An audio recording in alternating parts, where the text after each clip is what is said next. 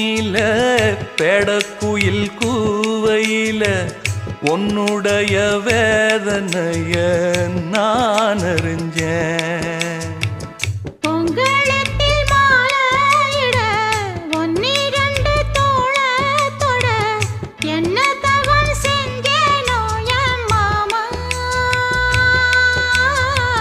வண்ணக்கிளி கையத்தொட சின்ன சின்ன கோலமிட உள்ளம் மட்டும் வழியே நானே,